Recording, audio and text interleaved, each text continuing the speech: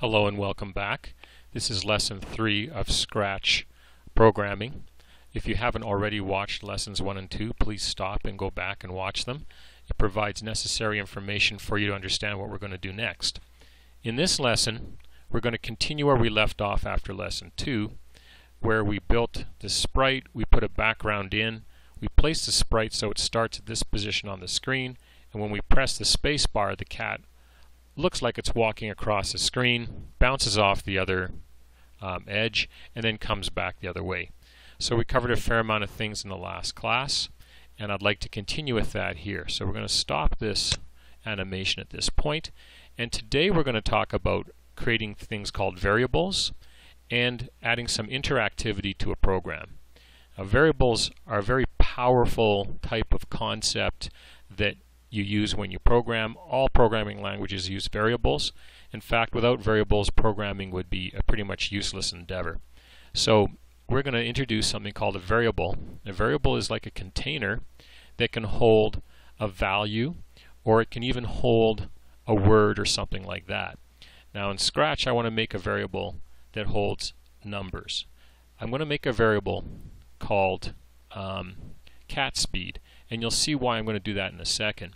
So if you don't have this code written in here, then you should take a few minutes and set up the same situation in your Scratch offline editor so that you have, it doesn't really matter what background you use, you can choose this desert as we did, and type this code in for your cat. Don't worry about creating a sprite with the vertical and horizontal lines. Those are simply for our purposes to show you where the 0 position is on the screen. In fact, I'm going to hide those so they're no longer distracting us as we're doing our work. Take a few minutes, pause this video, and type these values in on the screen. Okay, I'm assuming you've done that now. So let's make this cat have a speed that I can change easily. If I want to change a speed right now, I have to go in here and change how many steps this cat will move at any one moment. I have to do it to this block and to this block. I want to create a variable that will do this for me very simply and very easily. So click on the data category of blocks and choose make a variable. A little dialog box will appear on your screen, and this will give you two options. Now you have to pick one of these two possible types of variables. A variable that will work for all the sprites on your screen. Those are also known as global variables because they apply globally to everything you're doing in your program. Or you can create a variable that's for this particular sprite. And that's what I want to do. I don't want this variable to affect any other sprites in my program.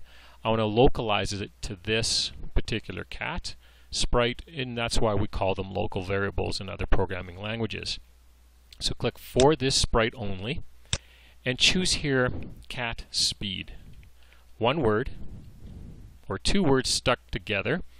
I'm using a method of writing variable names which is pretty common. If there are two words that you want to use to represent a variable, you do not separate them with a space because it's impossible now for the computer to recognize that this is one variable. It might think of this as two variables or get confused, so that's impossible. It has to have no spaces.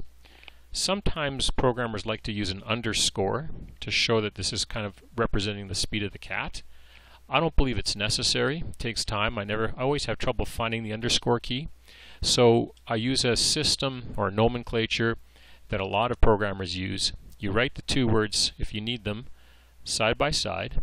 The first word uses a lowercase first letter, so the C in cat is lowercase. Then every subsequent word thereafter would have a capital first letter for it. And that's a method that a lot of programmers use. So this is cat speed. It's going to be a variable that only controls or applies to our cat. And I'm going to click OK.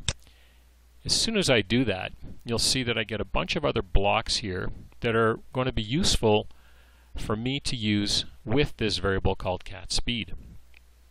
I want to provide this variable in place of the 10 steps so that if I change cat speed once somewhere in my program, it will make the changes here immediately. So I'm going to grab this cat speed variable. Notice it's oval.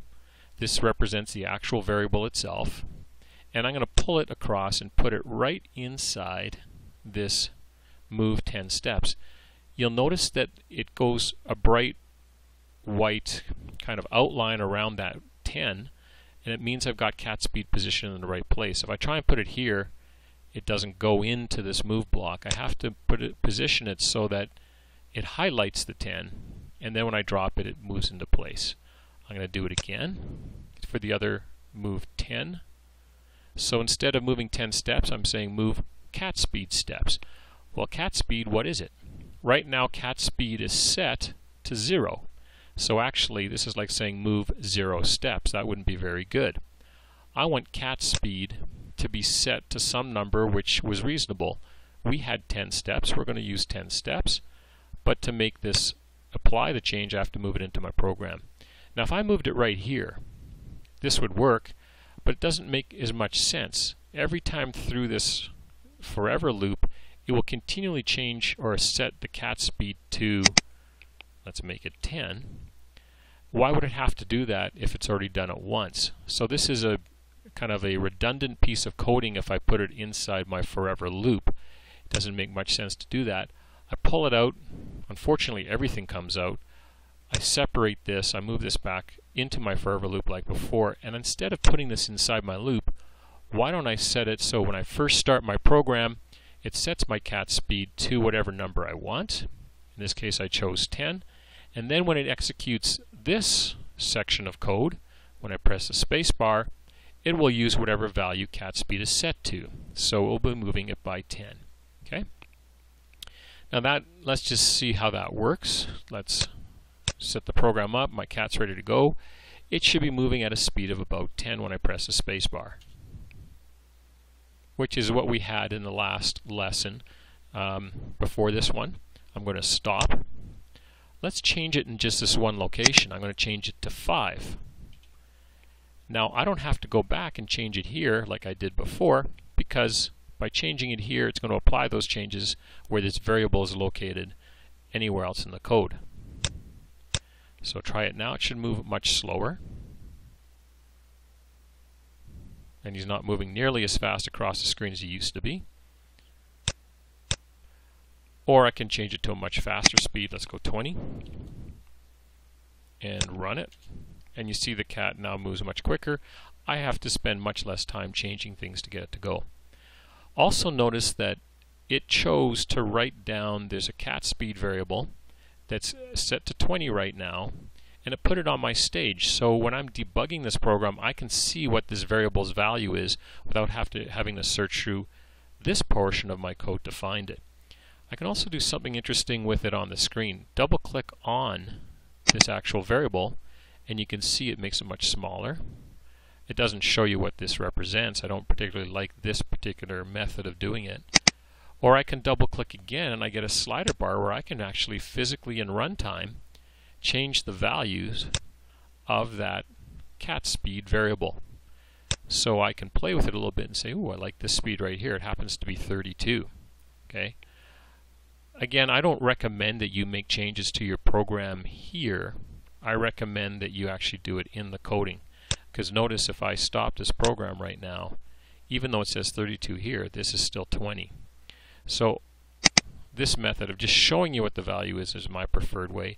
If you don't like it, right click on it and hide it. Okay, notice by the way, if I press the arrow here beside the cat speed variable, that determines whether it shows up on my stage or not.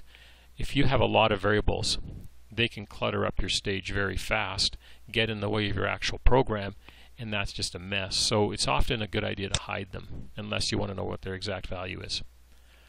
Okay, so actually I'm going to do something a little different now. I'm going to make this program a little more interactive. I'm going to have the cat ask you how fast you want him to move. So to do that, I'm going to go to looks here. Actually, sorry, I'm going to go to sensing. And remember, I've chosen the cat sprite, so I'm dealing with this coding for the cat. And I'm going to have ask a question. The cat's going to ask how fast to move. But this piece of code, this block of code standing here by itself doesn't do a darn thing because there's no event to trigger it. How about we create an event that when I press the S key, and this is kind of an arbitrary decision why I chose S, I guess S for speed. When I choose the S key, or press the S key, now it will execute whatever blocks are underneath it, and it will ask me not what is your name, but I'll double click in this field and say, what speed would you like me to go?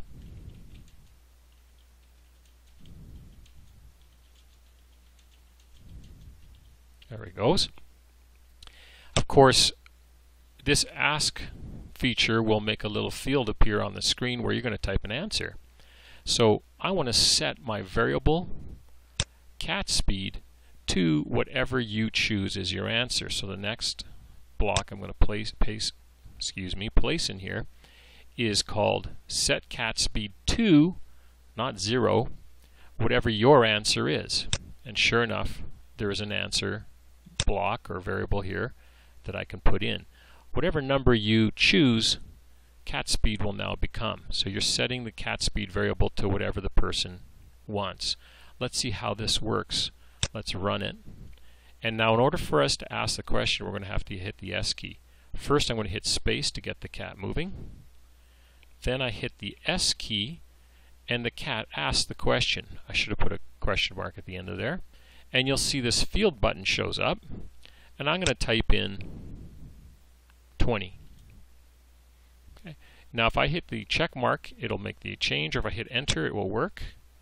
And my cat is now, let's see what it's doing. Let's look at the variable for cat speed. It's 20, just as we entered. Let's hit the S key again and ask that same question. Let's go 2. And hit enter. Sure enough, the cat speed changes to 2 and the cat barely moves across the screen. Okay. Now let's have a little more fun with it. We're just going to stop for a minute. We're going to have the cat say something after you set the cat speed. So let's put a message in where the cat actually says something. We go to looks and we have this say block, and we can have the cat say something. So after you change the cat speed, let's put some comment in there like that's crazy fast! Exclamation mark. And by the way, while I'm fixing things up, I'm going to put a little question mark at the end of the word go. That's not a question mark. Oh yes, it is. Okay. By the way, my code here is kind of moving off my screen. I can right click anywhere on my programming window and say clean up, and it nicely arranges all these different blocks so it looks neat. I still prefer to move this down to here so I can see it better. And then maybe let's try clean up now and see what it does. There it goes. So after I enter a value, the cat's going to actually say something for 2 seconds. Gives me enough time to read it. Let's try it out. I'm going to press spacebar to get him going. The S key, he asks the question. I'm going to say 50. I'll go crazy here. That's crazy fast.